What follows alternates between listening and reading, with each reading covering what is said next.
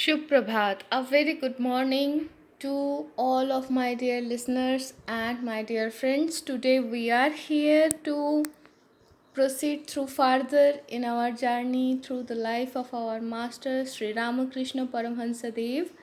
So, in the last part or in the last episode, we came to know how Narendranath felt when a single touch of his Guru Sri Ramakrishna Dev made him realize what is oneness. And if we are not still now prepared, how it can be difficult for us to fathom that feelings, right? So let's proceed further. The liberty which Narendranath enjoyed in his association with Sri Ramakrishna was unusual, as will be gathered from the following incident. He often argued with the master against image worship.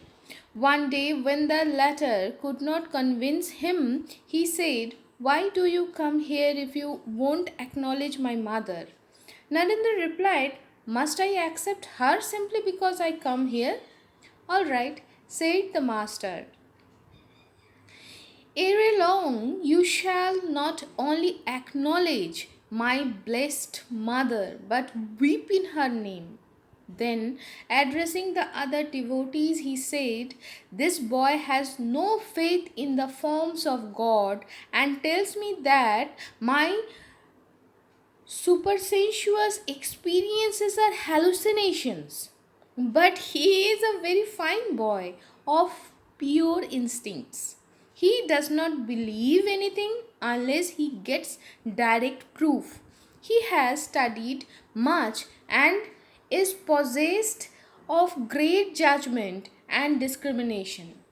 Sri Ramakrishna was skilled in the art of testing the fitness of his disciples. He used to adopt various means to try the real nature of a man and did not accept anybody as his disciple without knowing him thoroughly.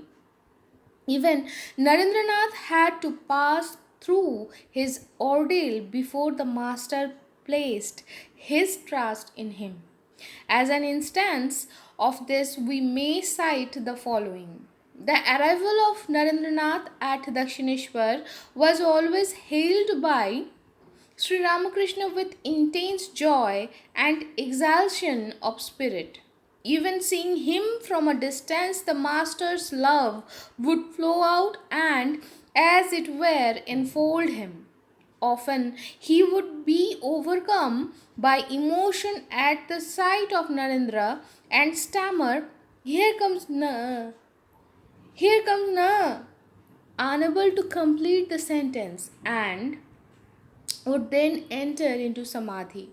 A day came, however, when all this was changed, and Sri Ramakrishna began to treat Narendra with utter indifference. Narendra came, saluted the master, and sat before him. But this time the usual loving welcome was not forthcoming. The master neither greeted him nor inquired after his welfare. After looking at him once as if he were a stranger without a sign of recognition, Sri Ramakrishna remained silent, immersed in his own thoughts. Narendranath, thinking Sri Ramakrishna to be absorbed, left the room and, joining Hazra, who was seated on the veranda, began to talk and smoke with him. But later, when he heard Sri Ramakrishna talking to others, he went back into the room. Again, the master not only did not speak to him, but turned his face away from him. This attitude of indifference was maintained during the day.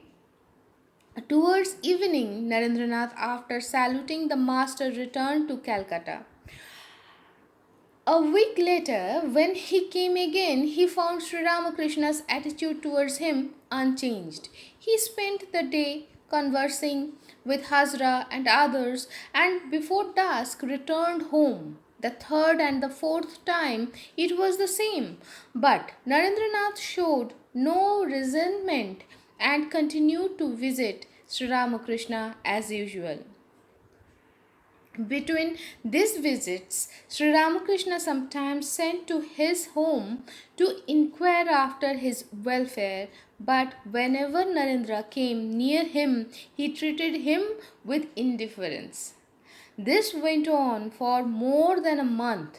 Seeing that he still came to Dakshineshwar, Sri Ramakrishna one day called him and said, "Tell me, how is it that though I don't speak a word to you, you still continue to come here?"